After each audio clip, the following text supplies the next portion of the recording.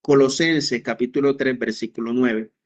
También dice, no mintáis los unos a los otros, habiendo despojado del viejo hombre con sus hechos.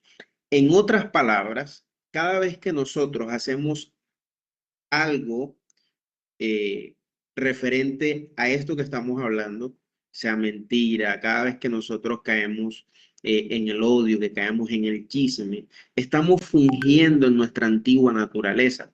Y lo que el apóstol Pablo dice es que esa antigua naturaleza ya no nos pertenece porque fue crucificada juntamente con Cristo. Ahora nos pertenece una nueva naturaleza y es en esa nueva naturaleza espiritual en la que nosotros debemos vivir. Amén, amados. Hasta aquí estamos claros. ¿Me están escuchando?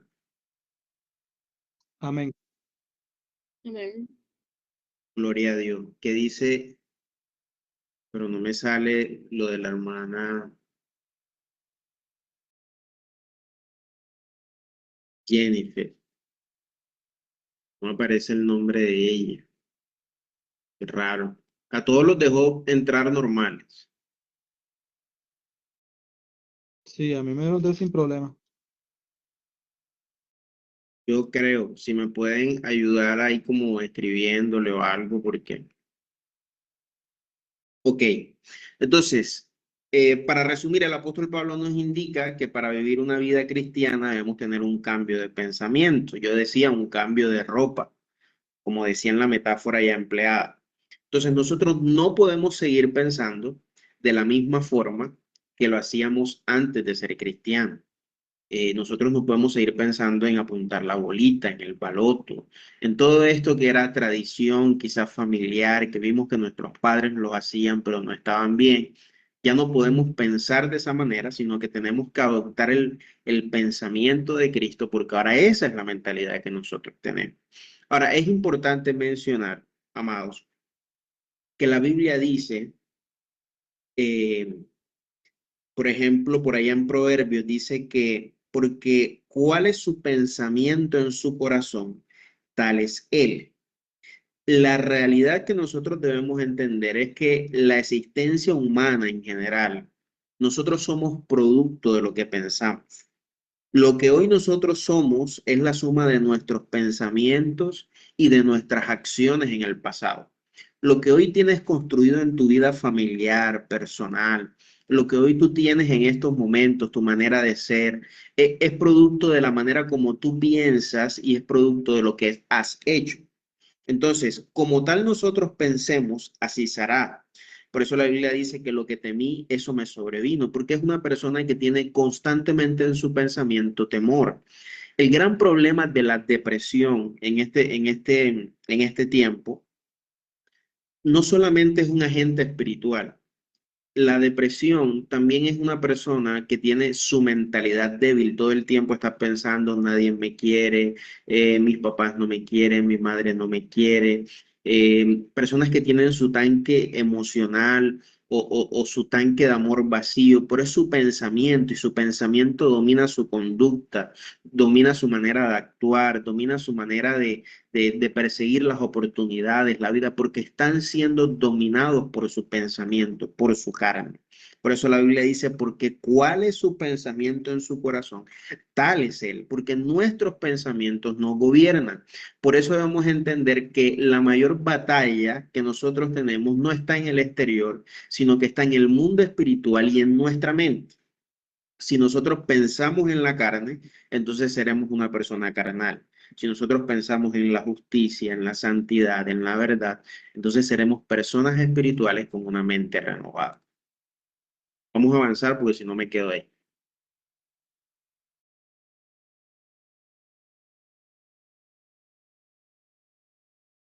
Entonces, decíamos que la persona renovada, la persona que ha conocido al Señor, que tiene una naturaleza espiritual, una naturaleza heredada por el postrer Adán, que es nuestro Señor Jesucristo, entonces renuncia al ocultismo y tiene completamente prohibido, no es permitido, prohibido por la palabra del Señor y prohibido incluso por la misma esencia y santidad de Dios practicar la hechicería. También tiene prohibido practicar la brujería. Por ejemplo, la brujería, pues yo creo que todos sabemos en un contexto qué es la brujería y podemos definir qué es, pero en diccionario se define como el conjunto de prácticas mágicas o supersticiones que ejerce un brujo o una bruja. Em, el ocultismo en general, que es todo lo que vamos a hablar y mencionar el día de hoy, tiene que ver con las dedicaciones a ciencias ocultas, a conjunto de conocimientos, prácticas mágicas y misteriosas. Así se define, pues, en algunos libros eh, y en algunas páginas de búsqueda. El cristiano tiene completamente prohibido en su vida cristiana la adivinación. Y la adivinación no es más que las evidencias, ¿verdad?, de habilidades que tienen algunas personas ejercidas obviamente por un agente espiritual maligno, demoníaco, en la cual afirman predecir hechos venideros por sí mismos mediante el uso de sortilegios. Normalmente en eso se mueve la adivinación. Pero debemos entender que el ocultismo y que todas estas prácticas, nosotros sabemos que hay un agente demoníaco, que hay un espíritu inmundo que trabaja dentro de esa persona. Está completamente prohibida la magia, por eso nosotros debemos tener mucho cuidado, porque a veces la palabra magia es tan tradicionalista en nuestra jerga, incluso en los niños, porque en sus series animadas o como les son enseñados, les es normal decir la palabra magia. Y ellos dicen, papi, mira esta magia, y a veces no le corregimos. Y debemos entender que la magia es una ciencia oculta, también tiene que ver con espíritus inmundos, también tiene que ver con actos, palabras, intervenciones de seres inimaginables. O sea, hay un agente espiritual detrás de todo esto y nosotros no podemos aceptar como algo jergático la palabra magia, ni tampoco la podemos aceptar como algo tradicional, ni en nuestra familia, ni en nuestro hogar, ni en nuestros hijos, ni en nuestros sobrinos, en absolutamente nada. Está completamente prohibido la bola de cristal, la consulta de la bola de cristal. Está completamente prohibido la tabla Ouija, que yo creo que todos aquí hemos, hemos visto, hemos sabido qué es. En un tiempo, por ejemplo, aquí en Colombia, recuerdo que hubo una proliferación de casos de niños, algunos influenciados por otros con posesiones demoníacas, por practicar esto que lo vendían como un juego, donde niños hacían consultas, hacían preguntas y la tabla empezaba a indicarles números, nombres y situaciones totalmente complejas movidas por un agente espiritual demoníaco. Perdón, se devolvió. La tabla Ouija, el horóscopo que hace parte de esto también, del ocultismo y que mucha gente ignora. Es lastimoso ver cómo gente consulta el periódico, consulta el horóscopo para ver cuál es su futuro. Y lo que debemos aceptar es que nuestro futuro está en las manos del Señor. Amados, ustedes están compartiendo, mi esposa me dice que no se ve las diapositivas, ustedes están viendo. Sí, pastor, yo estoy viendo. Sí, yo también. Ok, bueno, mi esposa tendrá el internet humilde. Bueno, entonces el horóscopo también es algo que nosotros no deberíamos seguir, ni un cristiano debería seguir, ni debería estar pendiente a esto, porque también hace parte de sortilegios, hace parte de espíritus de adivinación, están detrás de todo esto, de manipulación. Hay gente que coloca su confianza en el horóscopo, que reemplaza a Dios por estos espíritus demoníacos. Entonces nosotros, ni ningún cristiano, ninguna persona redimida por la sangre del Cordero debería seguir el horóscopo. Queda completamente prohibido eso, también la lectura del pocillo del café, que no solo que hay gente que cree que es una práctica normal, tradicional en los pueblos, se ve mucho y abunda mucho como ancestros ancianos practican la lectura del pocillo del café, del tabaco, pero todo esto hace parte de lo mismo, de la brujería, de ocultismo, la lectura de las manos, las cartas, el tabaco, absolutamente todo eso. El espiritismo, la consulta de muertos, de espíritus inmundos, de ancestros, eh, consultas de personas del pasado, niños, en fin, todo esto es espíritus inmundos detrás de toda esta situación. Queda terminantemente prohibido los agüeros. Son cotidianos, sobre todo aquí en Colombia, muy cotidianos, eh, en fiestas de fin de años o al terminar el año o la vigencia, cada periodo, ciertas familias obligan incluso a otros miembros de la familia a que se echen lentejas en los bolsillos, a que se coman las 12 uvas, a que se pongan la ropa interior amarilla, que le den la vuelta a la maleta. Todo esto es demoníaco, todo esto son prácticas ocultas, son espíritus inmundos que, que tratan de manipular a la gente y que tratan de manipular a una sociedad. Entonces, nosotros tampoco creemos en agüeros, ni estamos mencionando agüeros. Nuestra confianza, nuestro presente y nuestro futuro depende de nuestro Señor. ¿Alguien va a hablar? ¿Alguien tiene la mano alzada? Amén, amado, te escuchamos.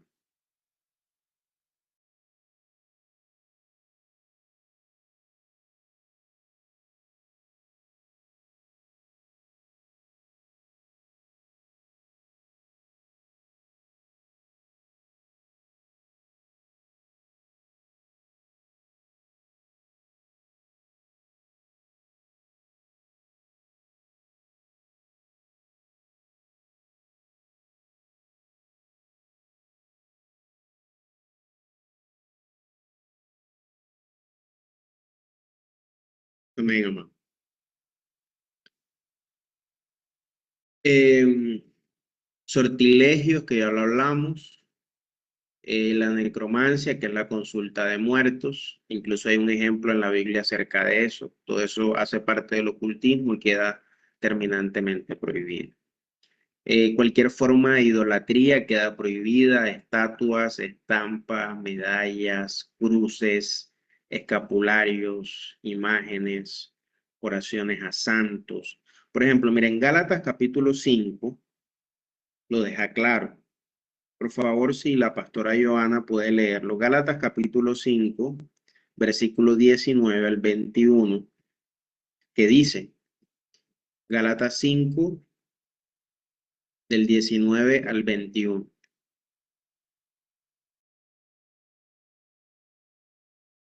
Amén. Gálatas 5:19. Al Y 21. manifiestas son las obras de la carne, que son adulterio, fornicación, inmundicia, lascivia, idolatría, hechicería, enemistades, pleitos, celos, iras, contiendas, disensiones, herejías, envidias, homicidios, borracheras, orgías y cosas semejantes a estas, acerca de las cuales os amonesto, como ya os he dicho antes, que los que practican tales cosas no heredarán el reino de Dios. Amén, amado. Están completamente clarito. La Biblia dice, aquellos que practican esto conforme al viejo hombre, conforme a la carne, ¿verdad? Y hay una relación y una lista extensa, densa, donde menciona todo esto que estamos hablando del ocultismo. Dice que aquellos no heredarán el reino de Dios. Amado Diego, ¿puedes leer Eclesiastés capítulo 9, del 4 al 6, por favor?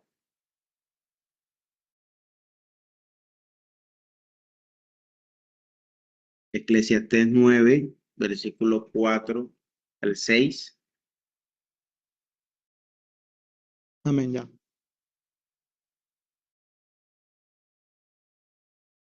Eclesiastés. Eclesiastés 9 del 4 al 6. Amén. Aún hay esperanza para todo aquel que está entre los vivos, porque mejor es perro vivo que león muerto. porque los que viven saben que han de morir, pero los muertos nada saben, ni tienen más paga, porque su memoria es puesta en el olvido. También su amor y su odio y su envidia fenecieron ya, y nunca más tendrán parte en todo lo que se hace debajo del sol. Amén, amado. Es claro la Biblia donde por eso hay que reprender cuando incluso a veces se tienen sueños con personas muertas, con personas fallecidas. Eh, Normalmente hay personas que en el mundo que llegan con este tipo de sueños y te dicen, mira, yo soñé con mi abuelo que se murió hace tantos años y me dijo esto y lo otro. La Biblia manifiesta, por ejemplo, en este versículo, dice de que porque los que viven saben que han de morir, pero los muertos nada saben ni tienen más paga porque su memoria es puesta en olvido. Es más, la Biblia cuando nos habla acerca de la historia de Lázaro y el rico. La Biblia dice que el rico le dice, Padre Abraham, envía a Lázaro para que vaya y le predique a mis familiares, a aquellos que yo amo. Y dice que la Biblia menciona que él dice, allá tienen ellos la ley y los profetas, porque es que los muertos nada pueden hacer, ya están muertos. Así que por eso el ocultismo, la consulta de muertos y toda esta práctica son ocultismo y es una práctica que nosotros debemos de reprender, incluso si conocemos de casos en nuestra familia, cuando mencionan y hablan este tipo de prácticas o lo mencionan con algún gozo, cuando dicen, ay, yo soñé con mi abuela, debemos hacer conciencia con esto porque son demonios y son espíritus inmundos que están detrás de toda esta situación. Pastor, Amén, amado. eh, o sea, bueno, esta parte sí no tenía clara. Em, yo sí he tenido, bueno, hace tiempo, tal vez no mucho, pero recién cuando mis padres murieron tenía demasiados sueños con ellos, con ambos. Y aún todavía, esporádicamente, sigo teniendo sueños. Usted mencionó ahorita que esto había que reprenderlo. Esto, como tal, ¿qué puede representar, aparte de lo que usted menciona de ocultismo? ¿Puede ser algo que hay que poner en oración o Sí, amado. O sea, tú eres una persona que ha sido lavada y redimida por la sangre de Cristo. Tienes tienes la mente de Cristo. Y con los sueños pasa algo particular. Voy a irme por un conejo para explicarte. La Biblia dice, por ejemplo, en el libro de Job, dice de que de una o dos maneras habla Dios a los hombres, pero los hombres no entienden. Y dice la Biblia, por sueños, por visiones nocturnas, cuando cae el adormecimiento sobre los hombres. Dios nos habla a nosotros a través de sueños, pero hay leyes espirituales, ¿verdad? O sea, nosotros debemos de meditar en los sueños y debemos decirle al Señor, Señor, ¿qué es esto? ¿Por qué estoy soñando yo con mis padres que están muertos? O sea, hacer guerra espiritual por eso, porque no es una práctica. Es más, la Biblia menciona cuando Saúl consulta a una bruja porque quería hablar con el espíritu de Samuel cuando él ya estaba muerto. O sea, nosotros no deberíamos tener ese tipo de sueños. Y en tu caso particular, deberías pedirle al Señor por qué estás teniendo ese tipo de sueños, porque los sueños tienen una interpretación. Nosotros no soñamos por soñar. Nosotros soñamos porque hay una interpretación. Recuerda que cuando José el soñador, la Biblia menciona que José tiene dos sueños. El primer sueño que tiene José es que él ve como especie de dice la Biblia exactamente que él tiene, no es espinos, pero tiene una visión de un manojo que está alto y hay 11 manojos que se inclinan delante de él. Y dice que tiene otro sueño en los que el sol y la luna y 11 estrellas se inclinan delante de él. José estaba soñando, pero no tenía la interpretación del sueño. Quien la tiene es su padre. Su padre le dice, pero ¿qué son estas cosas? Su padre se altera. ¿verdad? Y le dice, pero ¿qué son estas cosas que tú estás soñando? ¿Acaso tu madre y yo y tus hermanos te vamos a servir? Él no fluía en la interpretación de sus sueños, no lo entendía, no sabía qué estaba mostrándole, pero él aprende.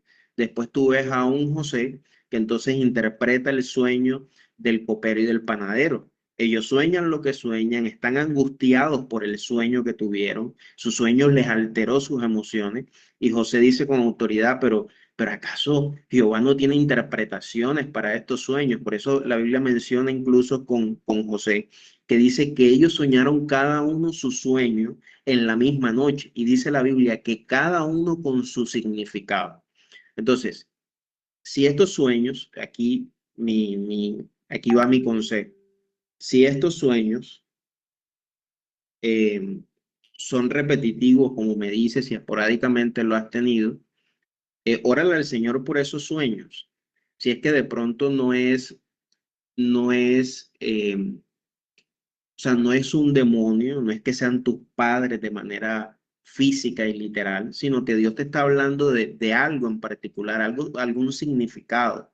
Eh, Quizás podríamos decirlo, no sé si puede ser el ángel de tus padres, si puede ser algo en especial. O sea, el punto aquí es que le pidas a Dios para que te muestre qué quiere Él decirte con eso. ¿Qué quiere decirte con eso? Nosotros cuando soñamos podemos preguntarle al Señor, Señor, ¿por qué estoy soñando esto? ¿Acaso es la influencia de un demonio o es que tú me quieres decir algo? Daniel cuando soñó y tiene las visiones de las cuatro bestias, un león, un leopardo, un oso y una bestia, dice que era una bestia fuerte. La Biblia dice que después de que a Daniel se le muestra todo eso, Daniel le pregunta a uno que estaba a pie y le dice qué son estas cosas, porque Daniel no entendía lo que estaba soñando. Entonces, mi consejo muy prudente aquí es que si estás teniendo esos sueños, órale al Señor y pregúntale, Señor, ¿qué me quieres mostrar? ¿Qué es esto? ¿Es algún espíritu inmundo? ¿O tú me quieres mostrar algo, una cualidad de mis padres, algo particular, algún mensaje? ¿Es un ángel? ¿Qué es? Amén, amado, fui claro con eso. Amén, amén. Sí, claro. Gracias. Gloria, gloria a Dios. Sí, amados, ¿alguien más tiene alguna duda o vamos para adelante? No todos digan amén. Gloria a Amén. Dios. Entiendo que sí. Hola, bendiciones.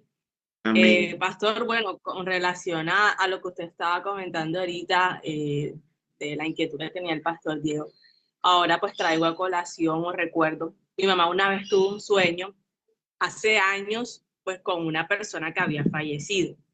Ya, en dicho sueño, o sea, la persona que había fallecido, por la forma, por el contexto en que sucedieron las cosas, era como si fuese como un demonio, porque en el sueño, o sea, mi mamá veía como una turbulencia, algo que se presentaba, ¿verdad?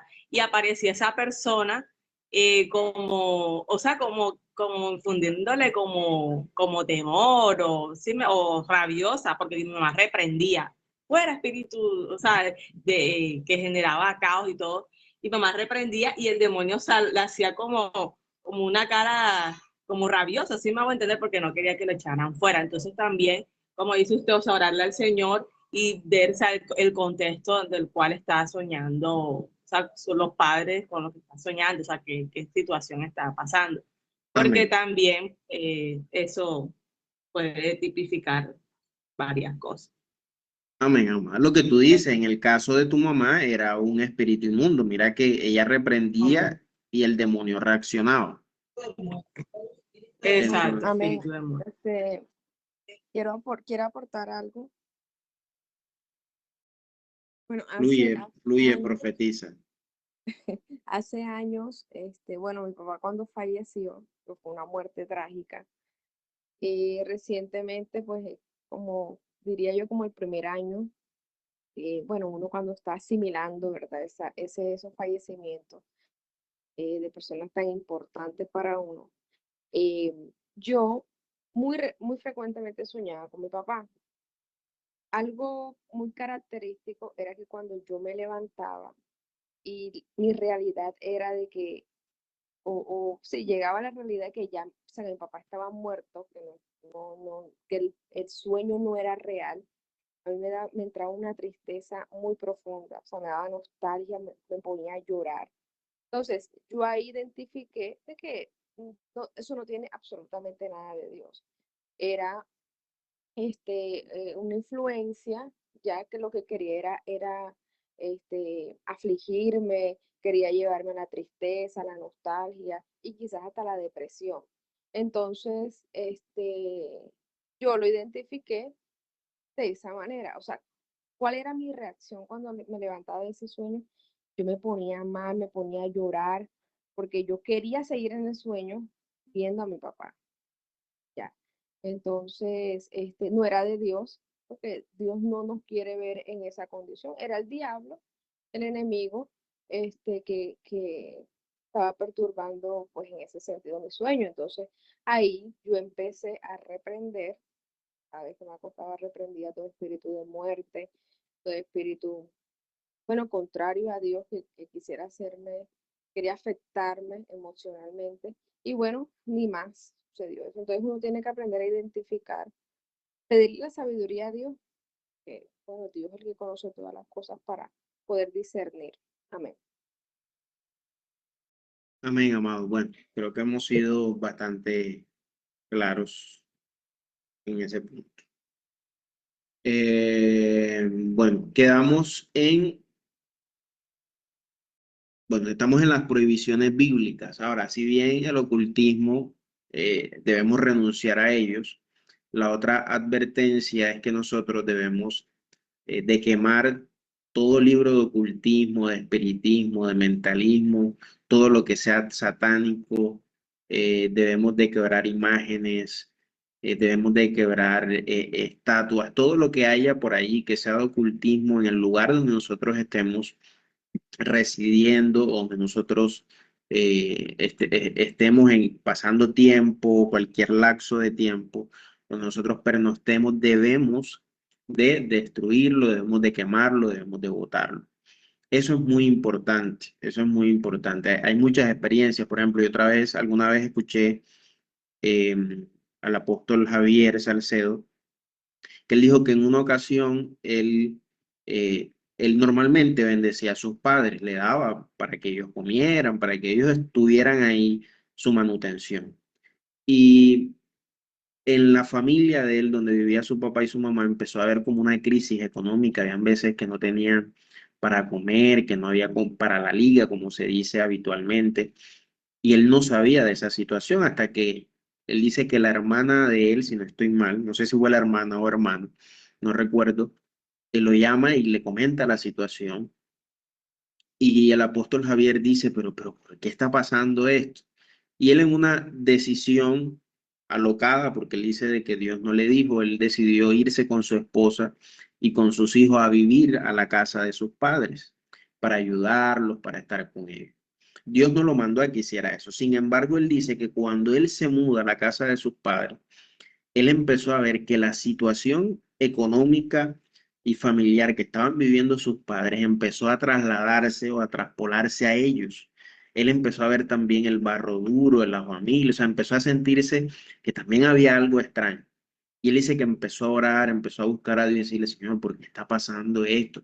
¿Qué es lo que está pasando si nosotros te seguimos a ti, si nosotros hacemos tu voluntad, te servimos, hacemos la obra? ¿Qué es lo que está pasando?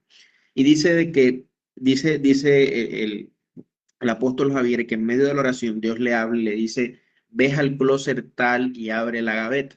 Y él dice que cuando se acerca al lugar y abre la gaveta y se puso a revisar lo que había ahí, encuentra un libro y ese libro era un libro de ocultismo. Mencionaba cosas de brujería, cosas de viaje astral y demás. Y él cuando toma el libro, lo saca y le dice al papá y le dice, mira, este libro, esto es lo que tiene esta situación en la casa. Y bueno, acabaron con el libro. Nosotros debemos entender que todas estas cosas, ¿verdad? Nosotros debemos destruirlas porque ese espíritu, ¿verdad? Ese objeto que atrae ese punto de contacto de un espíritu inmundo, gobierna el ambiente espiritual del lugar donde nosotros estemos. Y hay muchos ejemplos. Es más, es bíblico. La Biblia dice en Hechos, capítulo 19 al 20, ahí pasa algo particular. Porque la Biblia dice que ahí en Hechos capítulo 19 habla acerca del avivamiento en Éfeso. La Biblia dice que estaba el apóstol Pablo en Éfeso y, y dice la Biblia de que el apóstol Pablo llega allá y el apóstol Pablo le pregunta a ellos que se habían sido bautizados. Llama la atención que el apóstol Pablo les pregunte eso, algo tuvo que ver. Y ellos le dijeron que que habían sido bautizados conforme al bautismo de Juan. Y nosotros sabemos que Juan el Bautista dijo de que él bautizaba en agua para arrepentimiento. Y él dice, pero el que viene tras mí, cuyo calzado no soy digno de calzar, él los bautizará en Espíritu Santo y fuego. Entonces dice de que ellos oyeron esto y fueron bautizados en el nombre del Señor Jesucristo. Y el apóstol Pablo impone las manos sobre ellos y dice de que vino el Espíritu Santo y ellos hablaban en lenguas y profetizaban. La Biblia dice que eran unos 12 hombres aproximadamente. Y el apóstol Pablo hace un trabajo apostólico en Éfeso, porque dice de que entraba a las sinagogas, de que él predicaba con denuedo, que se quedó allá unos 3 meses. Después la Biblia dice que se quedó como 2 años persuadiendo acerca del reino de Dios. Pero dice de que Dios hacía cosas milagrosas, extraordinarias a través de la mano del apóstol Pablo. Y ese avivamiento producía esto de lo que estamos hablando precisamente. Por favor, la pastora Wendy, si está ahí, que lea Hechos capítulo 19, versículos 19 y 20, esos dos versículos que dicen.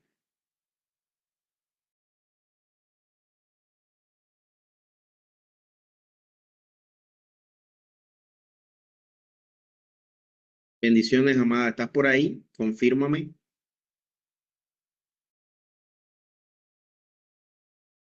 1, 2, 3.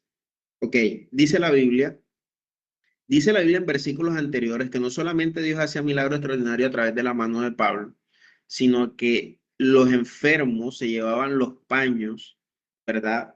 Y delantales de su cuerpo, y las enfermedades se iban de ellos, de los que estaban ahí, los espíritus inmundos salían. Pero el versículo 19 dice, asimismo, muchos de los que habían practicado la magia trajeron los libros y los quemaron delante de todos. Y hecha la cuenta de su precio y hallaron que eran 50,000 piezas de plata. Entonces, nosotros debemos de quemar todo ese tipo de objetos. La pastora Wendy dice que está hablando, pero que no se le escucha. No, yo acá no la escuché. Debemos quemar todo ese tipo de objetos, todo lo que sea de ocultismo, libros, estatuas, imágenes, todo eso debemos de quemarlo, debemos destruir. Queda determinantemente prohibido practicar procesiones, fiestas patronales, eventos a través de los cuales se practica la idolatría y la adoración a Satanás. Hay gente que cae en el tradicionalismo. Incluso el apóstol me predicaba este domingo acerca de eso. Ten cuidado del secularismo. Pero caemos también en el tradicionalismo. Hay gente que, aun conociendo del Señor, sigue con su corazón en el pueblo en el que él nació y asisten a las fiestas patronales de su pueblo, porque están arraigados a su pueblo y a las tradiciones. Y usted y yo, el mismo apóstol me lo ha explicado muchas veces, todo lo que tiene que ver con las fiestas patronales. Ellos sacan, así como ven en esta imagen, un patrono, ¿verdad? En este caso es una virgen, pero en otros casos es un santo, el santo del pueblo de tal, el pueblo del esto, de San José, de San Pedro, de San Judas, de Santo Tomás. Le dan una vuelta al pueblo, ¿verdad? Y posicionan ese patrono. Y ese patrono es una hueste espiritual o un gobernador de las tinieblas que, valga la redundancia, gobierno, tiene la potestad sobre ese territorio. Entonces, nosotros no deberíamos hacer parte de esas fiestas patronales, ni de esas procesiones, ni eventos que tengan cualquier tipo de figura idolátrica o de adoración a Satanás. Con esto también tenemos que tener mucho cuidado, no lo dice el discipulado, pero la Biblia lo menciona. Y es que también debemos tener cuidado con los alimentos que consumimos. La Biblia dice que bueno, que si por motivos de conciencia nosotros no sabemos de la procedencia de los alimentos, pues nosotros le damos gracias al Señor los consumimos en fe.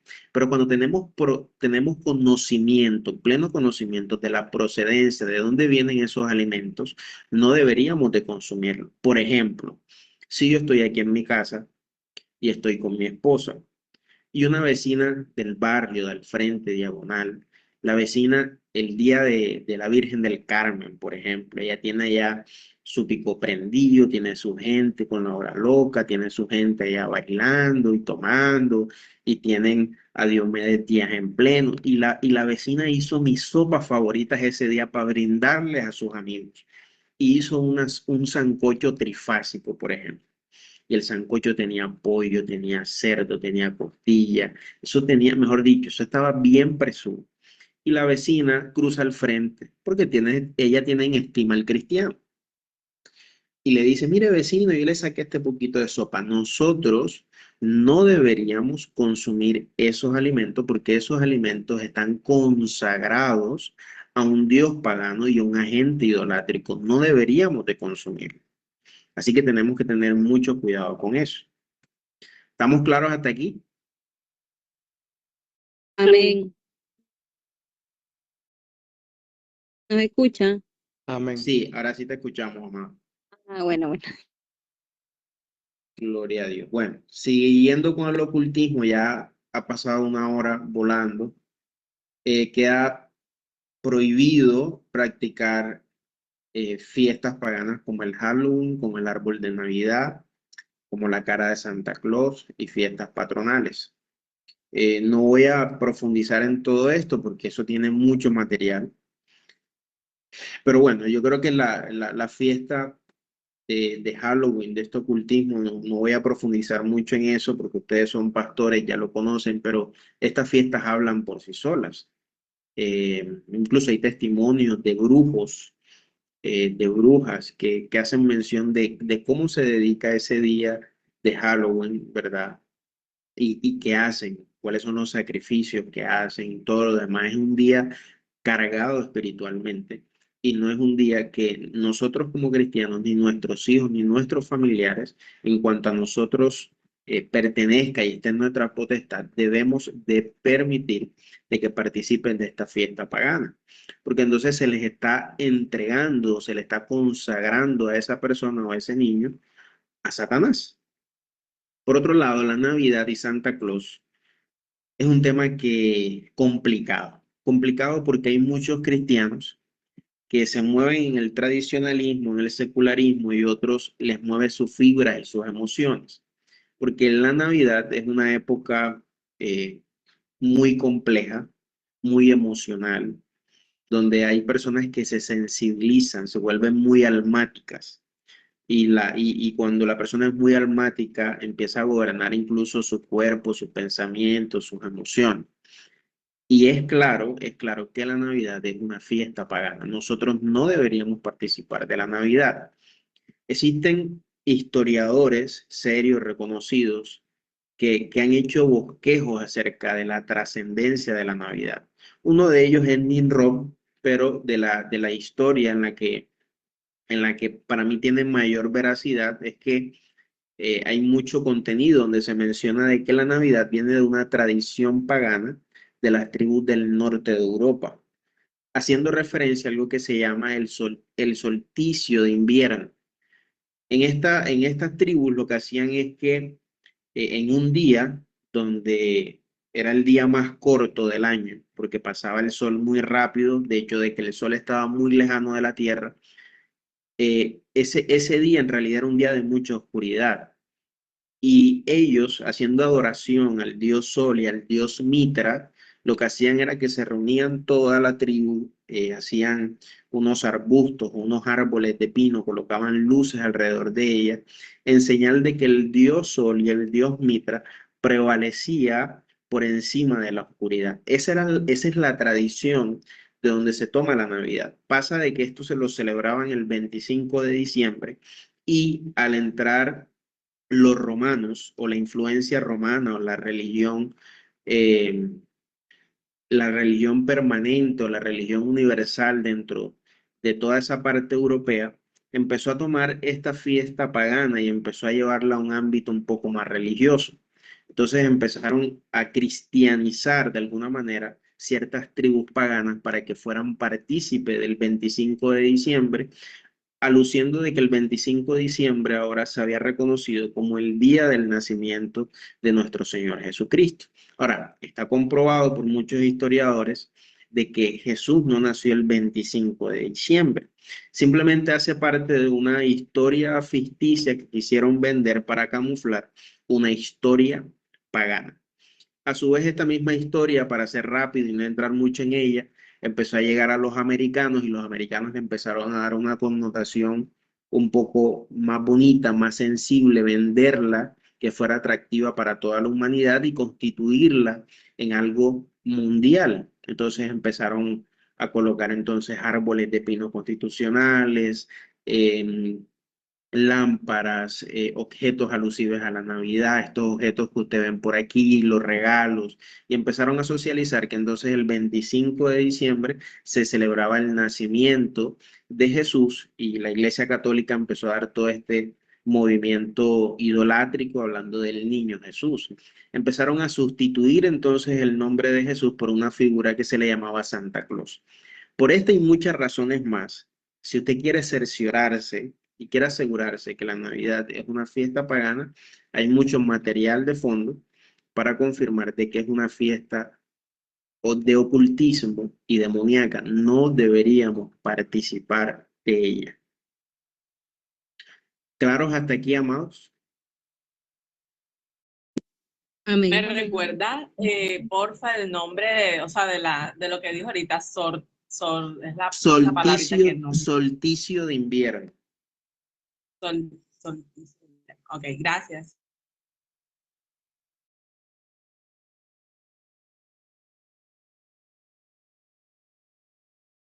Bueno, vamos un poco más rápido. Bueno, el tema de la idolatría, pues nosotros sabemos que pues acá en esta parte occidental, pues la religión romana católica apostólica cree que María es la madre de Dios y nosotros sabemos por la palabra de Dios que María no es la madre de Dios. Por favor, amado Diego, lee el Evangelio de Juan, capítulo 1, versículo 1 al 3. Y la pastora Wendy, que lea por favor Juan, capítulo 8, versículos 57 al 58. Juan 1 del 1 al 3. Amén, amado.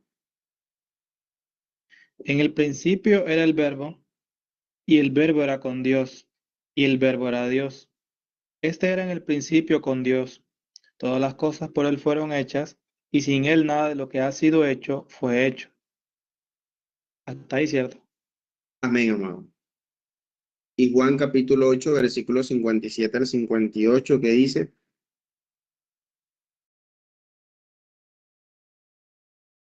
Amén. Dice, entonces le dijeron los judíos, ¿aún no tienes 50 años y has visto a Abraham? Jesús les dijo, de cierto os digo, antes que Abraham fuese, yo soy. amén, amado. Con estos versículos, los demás versículos los pueden leer en su casa, por tema de tiempo no lo vamos a leer todo, demuestran de que la deidad del Señor Jesucristo, siendo parte de la Trinidad, está desde la eternidad. Por eso el Evangelio de Juan capítulo 1 dice, en el principio era el verbo y el verbo era con Dios y el verbo era Dios. En el pasaje que lee la pastora Wendy, nos menciona de que le preguntaban a Jesús los fariseos, porque le decían, ¿pero acaso tú eres mayor que nuestro padre Abraham? Y le recriminaban. Y Jesús demostró su eternidad pasada, presente y futura. Y dice, porque es que antes de que Abraham existiese ya yo estaba. Entonces, en ese sentido, María no podría ser la madre de Dios. Ella simplemente fue el canal que Dios usó para traer al Señor Jesucristo hecho carne, pero no puede ser la madre de Dios, porque eso automáticamente, y es lo que hace la religión católica, la coloca a ella como una diosa, como si fuera merecedora de adoración, como si fuera merecedora de exaltación, y ella no lo es. Eso es una idolatría, es una práctica pagana y también hace parte del ocultismo. La misma María la madre de nuestro Señor Jesucristo, hecho carne, también necesitó salvación, porque la Biblia lo dice en Lucas capítulo 1, versículos 46 y 47, donde María dice, donde ella adoraba a Dios, dice, por el cual era su Salvador. Vamos a leerlo, Lucas capítulo 1, versículos 46 al 47. La pastora Joana, que no le escuchó la voz.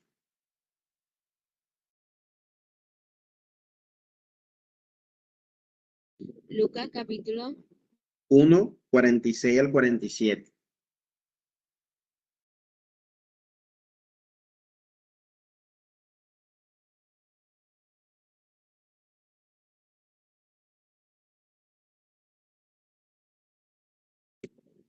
Amén. Entonces María dijo, engrandece mi alma al Señor, y mi espíritu se regocija en Dios mi Salvador. Y mi espíritu se regocija en Dios mi Salvador. Ella reconoce quién es su Salvador. Ahora, Marcos capítulo 6, versículo 3.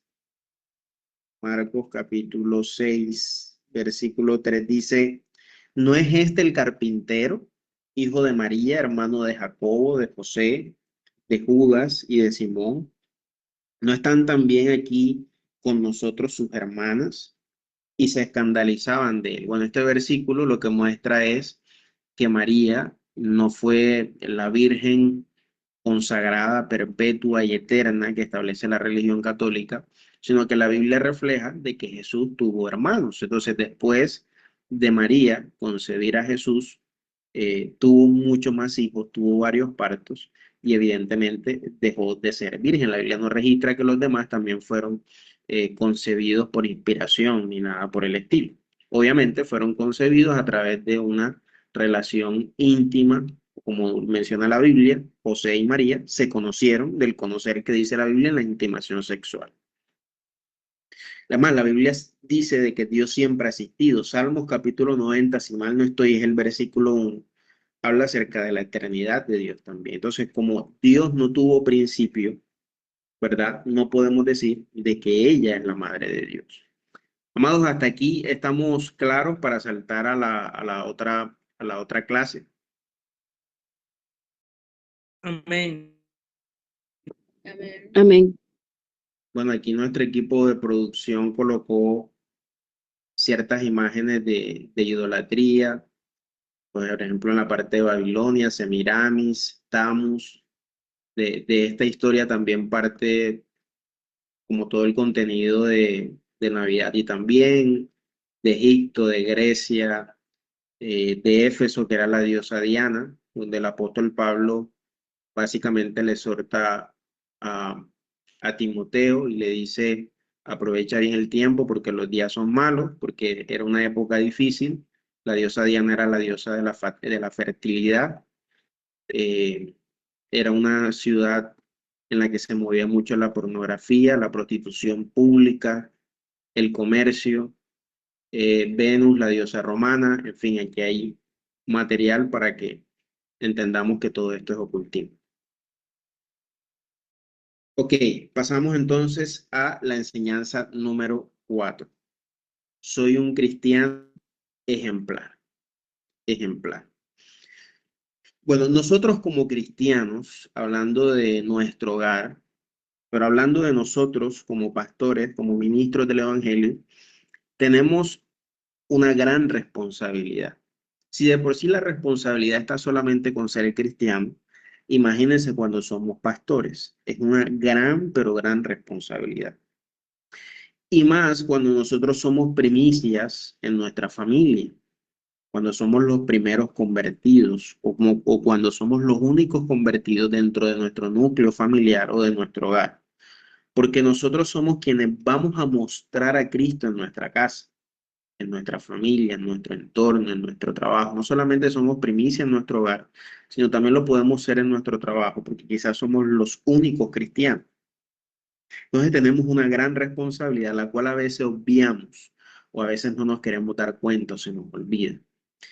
Esa responsabilidad nos lo muestra la Biblia. Por ejemplo, en Génesis capítulo 7, versículo 1, dice, dijo luego Jehová a Noé, dijo, entra tú y toda tu casa en el arca, porque a ti he visto justo delante de mí en esta generación.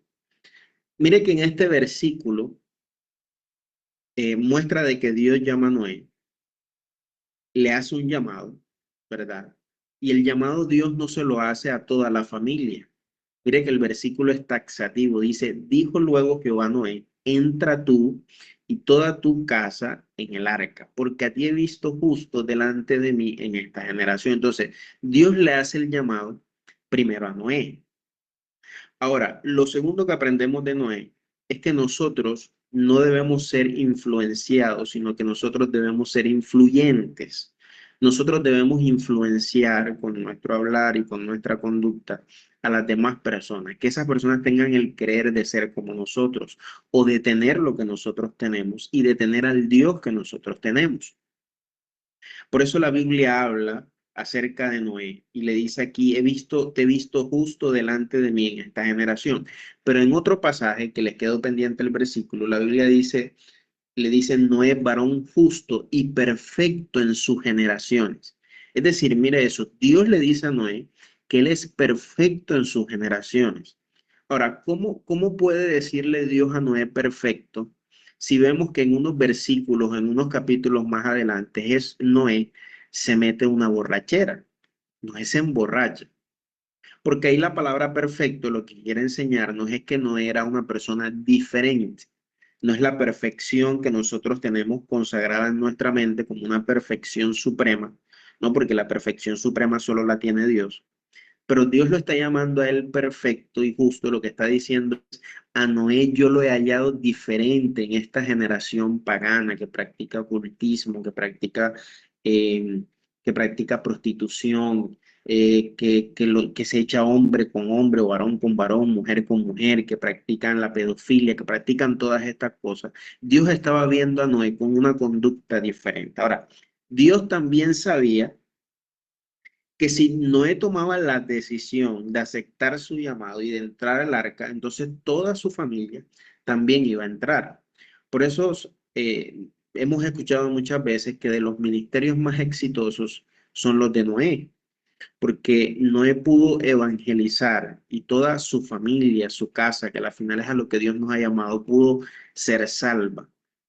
Y Noé en su predicación fue sumamente exitoso porque su familia pudo entrar al arca y pudo atender al llamado. Entonces Dios sabía que ese llamado era para él.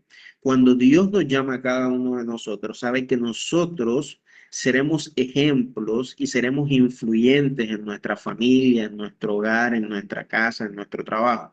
Y nosotros debemos hacer cumplir esa responsabilidad, así como Noé también la cumplió. Entonces, Dios se fija en nosotros para llevar a nuestras familias a sus pies. Y la verdad es que si eso no pasa, nosotros debemos alertarnos. Eso aplica para nosotros. A veces nos descuidamos con eso. Yo en lo personal a veces me descuido con eso, se me olvida porque los afanes de este mundo, las cosas que queremos, a veces nos enfocamos más en los de afuera, incluso que los de adentro, porque decimos, ay, nadie es profeta en su propia tierra, y tomamos ese versículo como una excusa, pero la verdad tácita de esto es que si eso no está pasando, si nuestra familia no está siguiendo los pies de Jesús, en gran responsabilidad es por nosotros, ya sea porque nosotros no estemos haciendo un buen trabajo, ¿verdad? O que nosotros no tengamos un buen testimonio. Y llámese de testimonio porque uno, o no eres un hombre trabajador, o dos, porque no eres un hombre que tiene tu hogar en sujeción, o tres, porque no eres un buen hijo, o cuatro, porque tienes muchas cosas que decir, o tienes muchas cosas que hablar de ti. Debemos tomar como ejemplo, en cuanto a soy un cristiano ejemplar, a Noé, porque Noé fue un ejemplo en su casa y por eso su casa, sus hijas y todos los que estaban con él pudieron entrar al arca.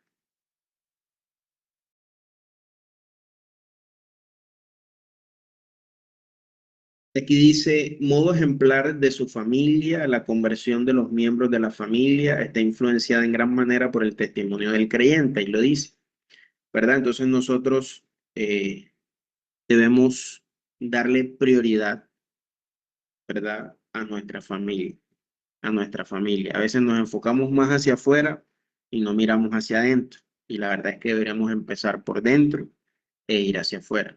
Eso es bíblico, eso es bíblico. La Biblia dice, por ejemplo, allá cuando el endemoniado Gadareno, la Biblia dice de que Jesús luego que practica esa liberación, que ya todos no la conocemos, dice de que aquel que estaba endemoniado, que ahora estaba libre, quiso entrar a la barca con Jesús, pero la Biblia dice, creo textualmente, que dice que Jesús no se lo permitió, sino que le dijo, vete a tu casa, ve a los tuyos, cuéntale grandes cosas ha hecho el Señor contigo y cómo ha tenido misericordia de ti. Y la Biblia dice que el endemoniado Gadareno fue y empezó a predicar públicamente. O sea, este hombre estaba endemoniado. Jesús lo libera. Y en un versículo más adelante, este hombre ya era el evangelista más exitoso, porque la Biblia dice que él empezó a publicar y empezó a decir, y dice cuán grandes cosas había hecho Jesús con él, y la Biblia dice de que todos se maravillaban. Pero que la orden de Jesús, que Jesús le dijo fue, le dijo, dice la Biblia que Jesús no le permitió que se fuera con él en la barca, sino que le dijo, vete a tu casa y a los tuyos y cuéntale cuán grandes cosas ha hecho el Señor contigo. Esa es la voluntad de Dios, que nosotros le demos el primer lugar a nuestra familia, que le presentemos a Cristo para que ellos sean salvos. Y después de eso, entonces sí vayamos hacia afuera. Ahora, el creyente soltero debe someterse a la autoridad de sus padres. Los solteros, por ejemplo, a mí cuando me dieron el discipulado básico, era soltero. Estaba de novio con Amy, pero estado civil soltero, así se dice. A mí, recuerdo, mi maestro de discipulado básico fue Rafa, y de las cosas que Rafa me decía recuerdo que eran que el soltero debe aprender sujeción y debe aprender a someterse. Y no entendía eso, que debe despojarse del estatus, debe humillarse. Y es verdad, o sea, el soltero debe tener esa actitud, sobre todo en el hogar en el que nosotros estamos, porque en cualquier lugar nosotros podemos ser lo que queramos, podemos tener maestría, podemos tener doctorado, podemos tener especializaciones, podemos quizás tener, no sé, un intelecto más avanzado que nuestros padres, porque nuestros padres quizás son de pueblo, son de regiones lejanas, no son hombres de ciudad, pero a la final y al cabo, delante de nuestros papás, delante de la figura de autoridad en nuestra casa, sean nuestros padres, sean nuestros tíos, sean nuestros abuelos, abuelas, nosotros seguimos siendo hijos, seguimos siendo sobrinos, seguimos siendo nietos. Y eso no lo va a cambiar ni un título, ni un cargo, ni absolutamente nada. Seguimos siendo hijos y los solteros deben portarse de esa manera. Por ejemplo, mi mamá no alcanzó una educación superior. Lastimosamente no lo pudo hacer por sus condiciones de vida en ese momento, las oportunidades y todo lo demás. Y bueno, Dios me ha permitido a mí alcanzar ciertas cosas, pero eso que Dios me ha permitido alcanzar me tiene que mantener a mí humilde. O sea, yo no puedo llegar a mi mamá y decirle, no, tú ve, coge esto y haz lo otro, porque a la final mi mamá lo que va a hacer es que va a coger la mano y literalmente me va a pegar una cachetada. Porque nosotros como hijos y sobre todo los solteros, eso aplica mucho más para los solteros, pero nosotros casados también, debemos entender que siempre seremos hijos y debemos someternos a nuestros padres. Es más, la Biblia lo menciona con Jacob y Esaú, aunque ellos ya eran adultos, ¿verdad? Ellos demostraban, la historia lo muestra, cuán importantes eran las palabras de su padre para ellos dos. Asimismo, nosotros debemos ser. La Biblia dice, honra a tu padre y a tu madre. Y ese honra a tu padre y a tu madre lo que significa es obedécele, estímales, respétales a lo que ellos dicen, ser receptivo, no seas rebelde, no te levantes contra ellos. Esa debe ser la actitud de un soltero.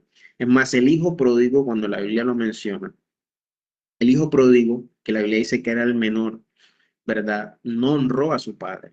Es más, todo lo contrario. O sea, él deseó que su padre se muriera. ¿Sabes por qué deseó que su padre se muriera? Porque la Biblia dice que le exigió la herencia de lo que a él le correspondía. Ahora, ¿cuándo se pide una herencia? ¿Verdad? Bueno, aquí tenemos una abogada, pero la herencia se pide cuando tu padre fallece. O sea, ¿cómo te van a heredar algo de lo cual tú no tienes derecho si la persona a la final a quien tiene el derecho legítimo está viva? Pero él pidió la herencia, en otras palabras le dijo, papá, muérete. Prefirió la herencia que a su papá. Literalmente le fue más importante recibir la herencia, malgastarla, irse por el mundo y desperdiciarla que su papá.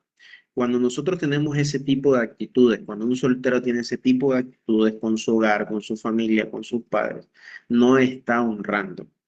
A la final, lo que podemos ver de esa historia es que el papá fue el papá perfecto.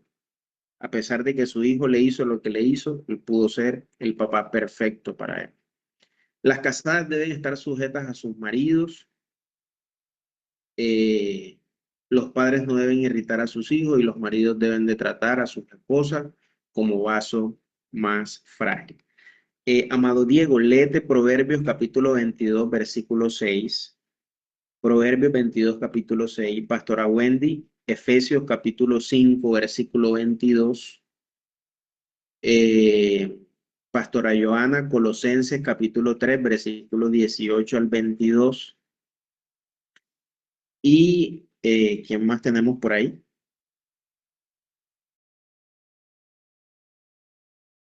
Y la pastora Pastor, María. disculpe, me repite el mío, el de Wendy. ¿Cómo? ¿Me puede por favor repetir el mío? Efesios capítulo 5, versículo 22. La pastora Joana, Colosenses capítulo 3, versículo 18.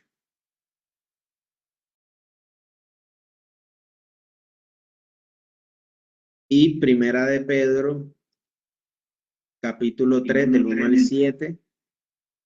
No sé si la pastora María está por ahí para que lo lea. Amén. Gloria a Dios. Proverbios 22, 6, ¿a quién se lo di? Entonces, lo que pasa es que me conecté desde el PC porque se me está apagando el computador y no tengo audio en el PC. Ah, ¿Me bueno, repite vamos. la...? Proverbios 22, 6. Ok.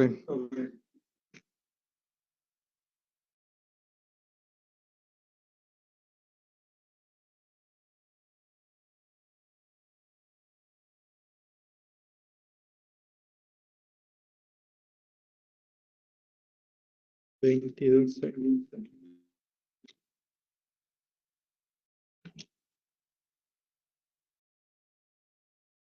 Dice, instruye al niño en su camino y aun cuando fuere viejo no se apartará de él. Amén. Efesios 5, 22. Pastora Wendy. Dice, las casadas estén sujetas a sus propios maridos como al Señor, porque el marido es cabeza de la mujer, así como Cristo es cabeza de la iglesia, la cual es su cuerpo y él es su Salvador. Colosenses 3, 18. Casadas, estad sujetas a vuestros maridos como conviene en el Señor. Amén. Primera de Pedro 3, 1, 7. Asimismo, vosotras, mujeres, estad sujetas a vuestros maridos, para que también los que no creen a la palabra sean ganados sin palabra por la conducta de sus esposas, considerando vuestra conducta casta y respetuosa. Vuestro atavío no sea el externo de peinados ostentosos, de adornos de oro o de vestidos lujosos, sino el interno, el del corazón, en el incorruptible ornato de un espíritu afable y apacible, que es de grande estima delante de Dios, porque así también se ataviaban en otro tiempo aquellas santas mujeres que esperaban en Dios, estando sujetas a sus maridos, como Sara obedecía a Abraham, llamándole Señor, de la cual vosotras habéis venido a ser hijas, si hacéis el bien sin tener ninguna amenaza. Vosotros, maridos, igualmente, vivid con ella sabiamente, donde honor a la mujer como a vaso más frágil y como a coherederas de la gracia de la vida, para que vuestras oraciones no tengan estorbo. para que nuestras oraciones no tengan estorbo. Amén. Bueno, los padres no deben irritar a sus hijos. Bueno, es claro eso. La Biblia también nos habla acerca de los niños, de los cuales de tal es el reino de los cielos, dice la Biblia. Pero para los que tienen hijos, bueno, ninguno de los que está aquí tienen hijos, pero los niños no son, bueno, no tenemos hijos, pero quizás algunos tienen sobrinos, otros tienen hermanos pequeños o tienen primos. Y la Biblia dice que hay que instruirlos desde que son pequeños para cuando fueren viejos no se aparten de él. Los niños no son el futuro, los niños son el presente. Satanás quiere acabar con la niñez. Hace poco, ayer precisamente vi un video de una página de noticias en Instagram donde menciona que ya hay un proyecto de ley aquí en Colombia para la hipersexualización de los niños. Yo recuerdo que hace unos años que se levantó una mujer, apellido Parodi, creo que era, se levantó con un proyecto de ley donde hablaba de la hipersexualización de los niños y era un proyecto en el que decía que los niños que iban al colegio no se les podía refutar su inclinación sexual. En otras palabras, al niño, por ejemplo, le colocaban que una niña la besara. Y si a él no le gustaba, no pasaba nada. Y si un niño lo besaba y le preguntaban qué sentía y el niño decía que pues le había gustado, sus padres no podían oponerse a esa decisión del niño. Tan es así que si los padres se oponían e intentaban sacar al niño del colegio, entonces le quitaban el niño el bienestar familiar. La iglesia se levantó como una ola, la iglesia empezó a protestar, a salir a las calles y ese proyecto de ley se tumbó. Hoy en día, escuché apenas, me enteré hoy, creo que se lo mandé a mi esposa incluso, en el que está ese proyecto de nuevo, mucho más agresivo, porque dice tal cual eso. Aquí el tema está más agresivo porque incluso si alguna persona le habla, le da algún consejo para tratar de cambiar su opinión o su perspectiva sexual o su pensamiento ideológico sexual, esa persona incluso puede ir presa. O sea, hay censura. O sea, esto hasta la iglesia está intentando callarlo. Entonces, es un tema fuerte porque Satanás está queriendo meterse con los niños y los niños son de Cristo. Para esto necesitamos clamar, necesitamos orar por los niños fuertemente, porque esto hace parte de la agenda progresista y de todo este tema de hipersexualización que está existiendo en todo el mundo y que Satanás cada vez quiere tomar más fuerza y lo que está mostrando es que la venida de nuestro Señor Jesucristo cada vez está más cerca. Entonces, eso es algo tremendo que deberíamos orar por los niños, por eso, porque está fuerte este tema. Bueno, hablando acerca de las casadas, que deben de estar aquí las futuras casadas y las ya casadas, la Biblia dice de que deben de estar sujetas a sus maridos y dice de que los maridos deben de tratar a sus esposas como un vaso más frágil. Hay que entender que la mujer que no se somete a su marido no podrá someterse a Cristo. Hablábamos de coherencia, ¿verdad? Si una mujer no se somete a su esposo o a su marido, no se podrá someter a Cristo. Eso es totalmente contrapuesto. Ahora, es claro por la Biblia que la mujer nunca debe volarse la autoridad, ni nunca debe intentar mandar por encima de su esposo, sino que debe someterse a las decisiones que incluso el hombre del hogar, su esposo, tome o decida. Es así, la Biblia lo dice. Es más, hay un ejemplo claro, hablando precisamente de los sueños. La Biblia dice de que José y María eran una familia, tenían un niño, era una familia. Y en un momento difícil, la Biblia dice que Herodes quería matar a todos los niños menores de 2 años, entre esos Jesús, apuntaba a Jesús. Y la Biblia dice de que se le aparece un ángel a José en sueño y le muestra toda la situación y le dice, huye y vete para Egipto para salvar al Mesías. A José no se le presenta el ángel una vez, se le presenta 2 veces. Si no estoy mal, 2 o 3 veces se le presenta. Ahora, siempre se le presenta a José, no se le presenta a María, porque eso es una legalidad espiritual. El hombre es la autoridad y la mujer debe reconocerlo. Por eso se le presenta a José y no se le presenta a María. Es la autoridad. La mujer debe reconocer la autoridad del hogar, que es su esposo. Ahora, por otra parte, el hombre debe entregarlo absolutamente todo por su mujer. El hombre debe hacer respetar a su mujer, debe tratar bien a su mujer, debe consentir a su mujer. La Biblia dice que tenemos que amarla y que debemos tratarla como vaso más frágil. Vamos adelantando. ¿Alguna pregunta hasta aquí, amados? Ninguna. Gloria a Dios. Bueno, en el hogar, cada cristiano al comer debe orar los alimentos. Si están reunidos a la mesa, uno lleva la oración y los demás siguen la oración. Deben también orar al salir de la casa, deben orar el agua al bañarse, también cada vez que se vayan a tomar un vaso de jugo de agua. Deben de darle gracias a Dios por toda la ropa que se compre y de orar por todo lo que se coloca en su cuerpo. Bueno, eso es bíblico. Hay una experiencia que una vez escuché estando niño de un evangelista. El evangelista lo invitaron a un lugar, a una campaña. Él termina la campaña, hay milagros, hay prodigios, y cuando se acaba la campaña, como se estila, los anfitriones de la campaña le dicen al evangelista, le dicen, amado, mire, aquí hay una vecina del barrio que está agradecida con usted porque Dios lo usó y hubo un milagro en su nieto. Así que ella preparó un compartir y todo, la hermana abundó en generosidad como la iglesia primitiva y entonces le quiere brindar a usted algo, un compartir. Así que el evangelista fue y él les dio algo de comer. El evangelista oró los alimentos, le dijo, Señor, santifica estos alimentos, purifícalos, bendice a esta hermana, Señor, prospérala. Padre, yo te pido que tú te lleves todo conjuro, todo maleficio, que tú quites, Señor, de estos alimentos todo lo oculto, todo lo inmundo, y que tú santifiques estos alimentos. Nos los comemos con acción de gracias y bendecimos a esta familia en el nombre de Jesús. Amén y amén. Él dice que cuando hizo eso, comieron sus alimentos ricos, deliciosos. El evangelista quedó compartiendo con alguno de los anfitriones y dice que a la final la mujer llegó corriendo arrodillada a los pies del evangelista y empezó a pedirle perdón. Y se confesó y le dijo, yo practico brujería por más de 30 años. Y en lo que yo le brindé a usted, había un bebedizo que había que ese bebedizo al consumirlo tenía que matarlo usted de manera inmediata.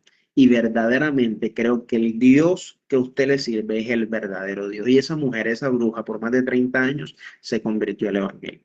Ahora, es la importancia de la cual nosotros debemos mejorar cada uno de los alimentos que nosotros nos consumimos, ¿verdad? Y estaba hablando acerca de todo lo que ya mencioné anteriormente, cuando son fiestas paganas, cuando traen alimentos de otros lados y demás. Debemos que ser muy cuidadosos con eso. Pero debemos orar nuestros alimentos cuando estamos a la mesa, darle gracias al Señor. Bueno, el cristiano debe abstenerse de lo sacrificado a los ídolos, de la sangre, del ahogado y de la fornicación.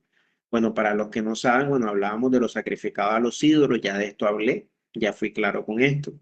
Si están celebrando la Virgen del Carmen, el patrono de Santo Tomás, el patrono de San Pedro, y nos van a brindar un sancocho, así como los que se están tomando aquí, no deberíamos consumirlo, debemos evitar eso. Sangre, no debemos tomar sangre, eso lo prohíbe la Biblia, lo prohíbe la Biblia. Y hay algo típico colombiano, que es la famosa morcilla, que es un alimento, que bueno, le dicen alimento, pero eso no es un alimento, que no es más que arroz y sangre coagulada, rellenada o embutida en un cuero de cerdo y se vende como un embutido. Quizás alguno de nosotros antes de conocer a Cristo lo consumíamos o nos gustaba, a mí nunca me gustó, pero está prohibido, prohibido comerlo. Recuerden que este pasaje, para no leerlo en Hechos capítulo 15, versículo 19, habla de que había una problemática en la iglesia primitiva y era que existían los famosos judaizantes. Por ejemplo, el apóstol Pedro cayó en eso. Él con los judíos se hacía judío, con los gentiles se hacía gentiles.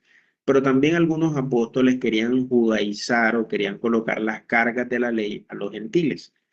Así que en Hechos capítulo 5 se hace como un compendio donde los apóstoles hablan y dicen, los gentiles, ¿verdad? Que no conocen la ley ni están sujetos a la ley. El apóstol Pablo dice aún, ni nuestros padres pudieron cumplir la ley a cabalidad porque era un yugo, porque estaban en la esclavitud de la ley.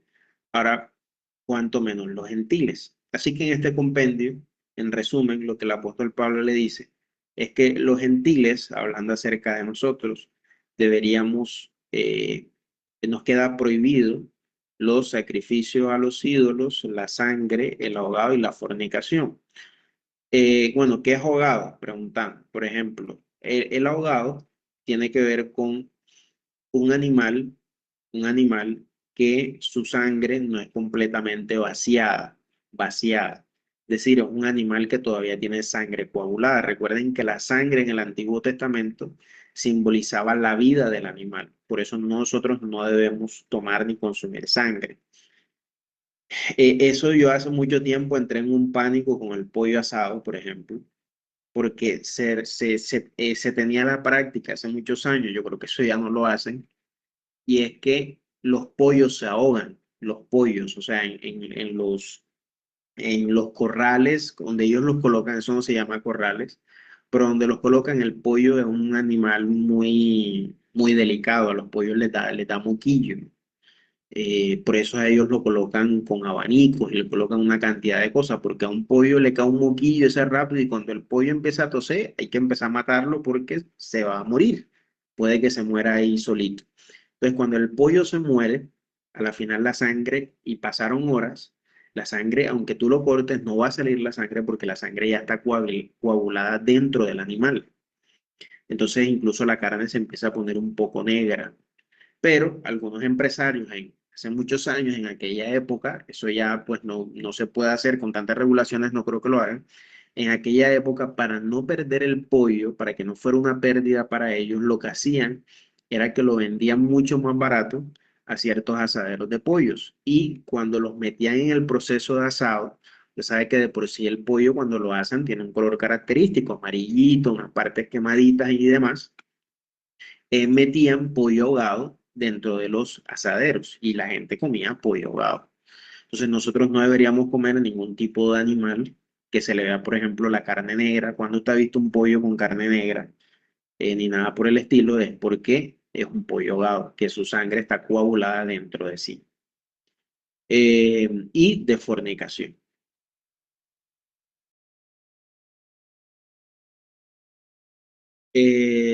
Todo lo que está en la casa debe ser para el Señor, el televisor. Bueno, esa fue la prédica de este domingo, lo tenemos fresquito. Debemos consagrar absolutamente todo.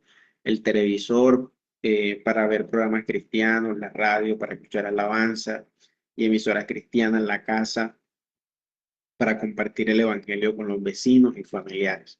No solamente debemos consagrar nuestras vidas, sino también debemos consagrar el patrimonio y los objetos que Dios nos da. Por eso es importante que cuando Dios nos permita comprar nuestra casa, comprar nuestra hacienda, comprar nuestra finca, gloria a Dios, comprar nuestra camioneta, nuestro vehículo, nuestro bus de Copetrán, Amén.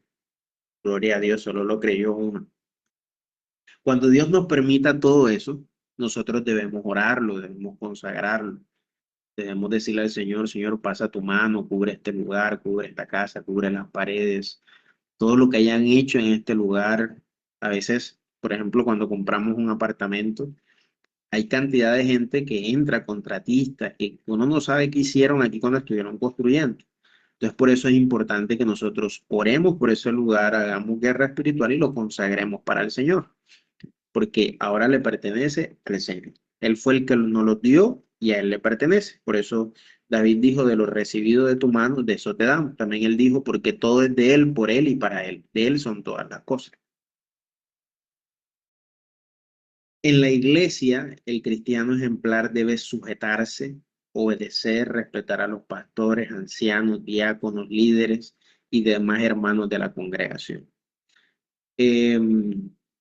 Este es el principio de autoridad y sujeción que siempre nos han enseñado y que nosotros en la escalera ministerial vamos forjando, porque siempre, siempre vamos a tener una autoridad.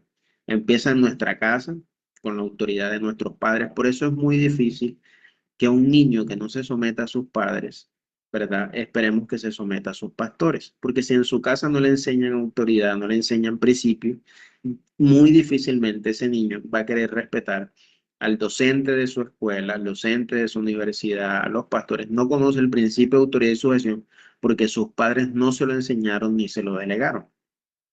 Asimismo, entonces, nosotros tenemos la responsabilidad de enseñarle ese principio a nuestros hijos y en la escalera ministerial cada vez Dios más lo va forjando desde la carrera del discipulado básico.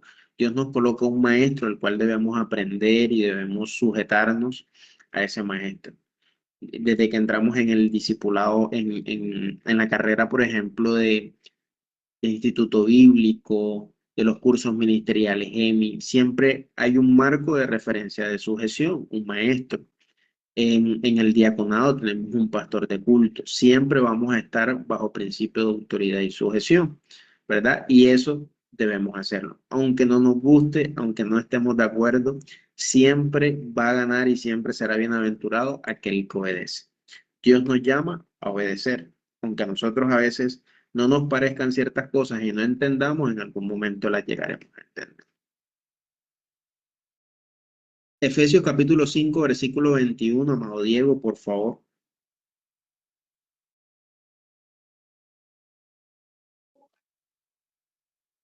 Voy.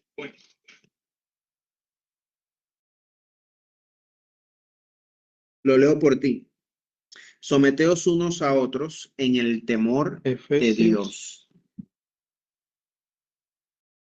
5:21, ya lo leí, amado. Someteos unos a otros en el temor de Dios.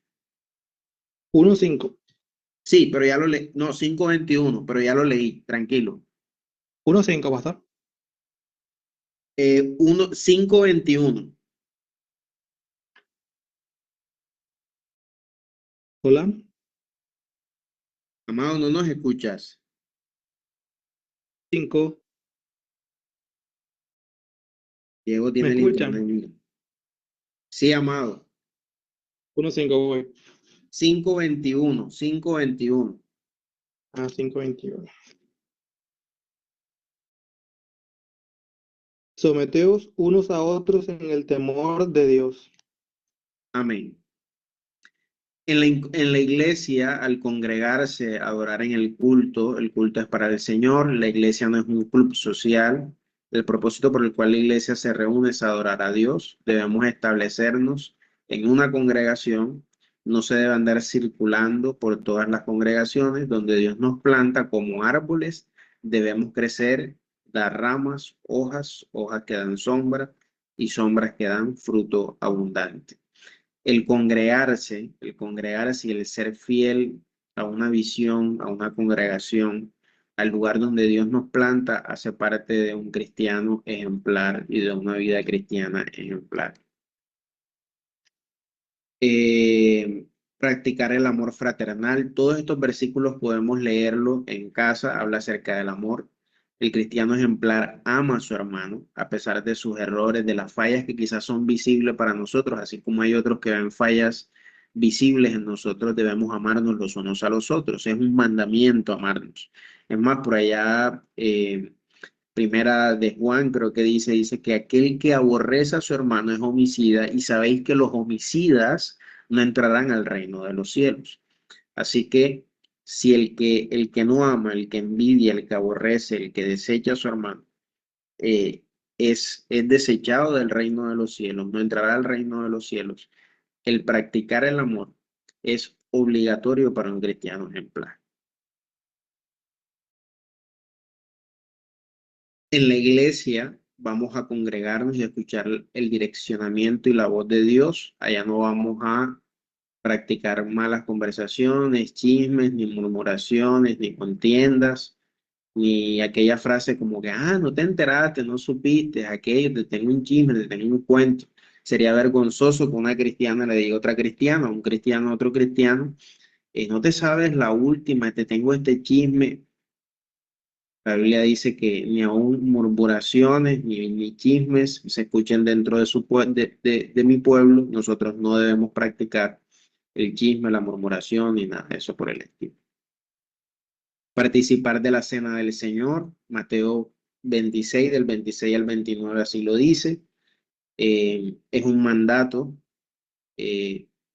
hacer o celebrar la cena del Señor, porque ahí conmemoramos la muerte y resurrección de nuestro Señor Jesucristo. Aportar nuestros diezmos y nuestras ofrendas. No es coherente que un cristiano vaya a la iglesia, se congregue y no diezme y no ofrende. Peor aún, que no crea ni siquiera en el diezmo y que no crea en la ofrenda. El diezmo y la ofrenda está legalmente constituido en la Biblia y sigue vigente en el Nuevo Testamento, en el Nuevo Pacto o en la dispensación de la gracia.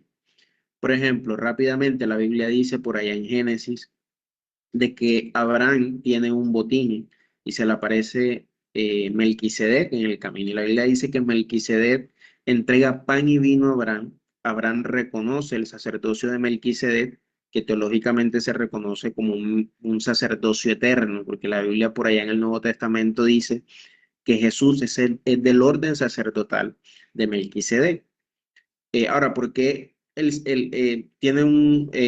nuestro Señor Jesús termina siendo también un sacerdocio eterno? Porque recuerden que quienes auspiciaban los sacrificios eran los sacerdotes, pero nuestro Señor Jesús se entregó como una ofrenda. Él fue el sacerdote en perfección. Entonces, Melquisedec entrega vino y pan a Abraham. Abraham lo reconoce y la Biblia dice que entrega los diezmos de todos. En otras palabras, en el lugar donde usted reconoce al sacerdote, el sacerdote que le da pan y vino, cada vez que usted va a la iglesia, que le alimenta, que le da pasto verde, que le da palabra de Dios, que le da mensaje que le edifica, que transforma su vida, que renueva su pensamiento, que vivifica su corazón, entonces ahí nosotros debemos diezmar y debemos ofrendar. El diezmo no hace parte de la ley. Hay un diezmo levítico en la ley, pero el diezmo existía antes de la ley, ¿verdad? El diezmo existía con Melquisedec y Abraham que diezmo.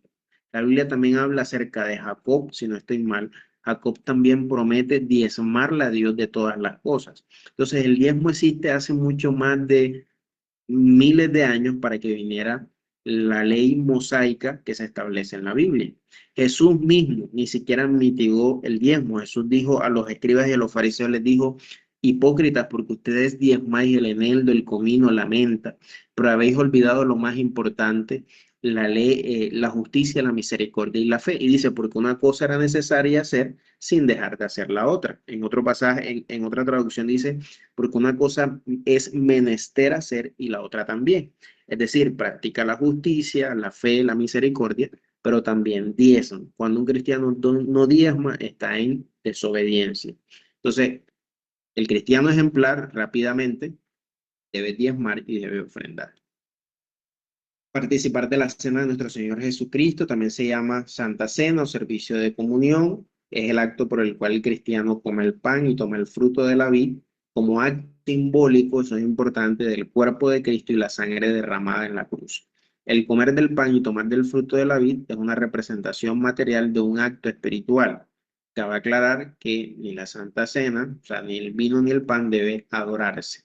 Estos actos no se adoran porque esto simplemente es un acto simbólico, ¿verdad? De lo que hizo Jesús en la cruz. Participar de la cena del Señor, el pan y el fruto de la vid no deben ser adorados, bueno, aquí lo dice, solo debe adorarse a Dios, no hay transubstanciación. Participar de la cena indica que estamos en íntima comunión con Dios y con los hombres. Solo los creyentes bautizados en agua, con el bautismo evangélico, pueden participar de la cena, pero el creyente debe estar en perfecta paz y comunión con Dios y con los hombres. Si un cristiano toma la cena del Señor indignamente, esto puede traer juicio sobre su vida. Listo, amados. Creo que ya terminamos esta parte. ¿Estamos claros hasta aquí? Fui claro, todos entendimos. Amén. Gloria a Dios. Entonces, amados, sin quitarle más tiempo, vamos a orar para ser despedidos. Padre que estás en los cielos, te damos gracias por la oportunidad que nos das de compartir tu palabra, de tener este tiempo especial, Señor, donde hablamos, Señor, de tus escrituras, de tu verdad. Tu palabra dice que lámpara es a mis pies tu palabra y lumbrera a mi camino, Señor. Ella es la que nos ilumina, ella es la que nos dirige, ella es la que nos guía, ella es la que nos redirecciona. Aun cuando quizás nuestros pies van hacia otro lugar, tu palabra, Señor, ilumina todo nuestro ser. Señor, abre nuestro entendimiento para seguir escudriñando tus escrituras, Señor, para que tú nos enseñes, para que tú nos hables. Señor, abre nuestros ojos espirituales para entender tu ley. Señor, confirma incluso, Señor, tu palabra en nuestras vidas. Abre nuestros sentidos espirituales para cada día escuchar tu voz, Señor, y ser más eficientes en la asignación que nos han dado. Bendecimos, Señor, nuestras vidas a cada pastor que está aquí presente, Señor, a los que aún no se pudieron conectar y los que la van a ver en diferido. Pedimos que esta palabra, Señor, y que tu bendición les alcance, Señor. Bendice, Señor, esta semana, Señor, la semana venidera. Bendice su tiempo, bendice, Señor, su trabajo, bendice el fruto de sus manos, Señor. Bendice lo que ellos hacen con sus manos, lo que ellos laboran. Señor, bendice sus perfiles profesionales, bendice su ministerio, Dios mío, dales aún mucho más. Que sea tu buen Espíritu Santo, Señor, capacitándoles, enseñándoles, forjándoles, Señor, que ellos cada día puedan entrar en niveles superiores, en niveles espirituales, donde tú, Dios mío, avives, Señor, su espíritu, donde tú les dejas aún mucho más, donde ellos puedan sentirse eficaz, donde ellos puedan sentirse, Dios mío, que eres tú en medio de tu voluntad, forjando el camino, el lugar donde ellos tienen que ir. Gracias te damos, te pedimos que nos guardes, que nos protejas, Señor, que en esta noche guardes nuestro sueño, guardes nuestro reposo, que seas tú, Dios mío, teniendo el control incluso de las obligaciones del día de mañana, de nuestros compromisos. Gracias te damos, Señor Jesús. Gracias te damos, Padre, Hijo y Espíritu Santo. Amén. Amén. Amén. Amén, bendiciones. Amén.